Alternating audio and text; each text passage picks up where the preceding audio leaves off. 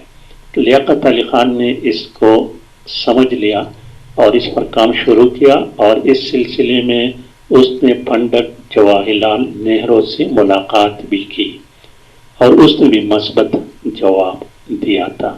تو اسی سلسلے میں پھر یہ معاہدہ سائن ہوا تھا 1950 میں۔ کوشچن نمبر 109 کو دیکھیں۔ 109، Who was the first woman governor of State Bank of Pakistan؟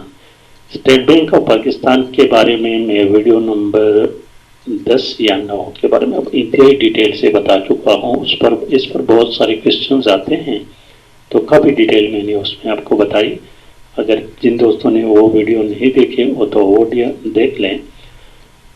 یہاں پر correct option doctor Shamshad Akhtar option بھی ہے، ٹھیک ہے۔ اسٹیٹ بینک کا افتتاح 1 جولائی 1948 کو قائد اعظم محمد علی جناح نے بذات خود کیا تھا۔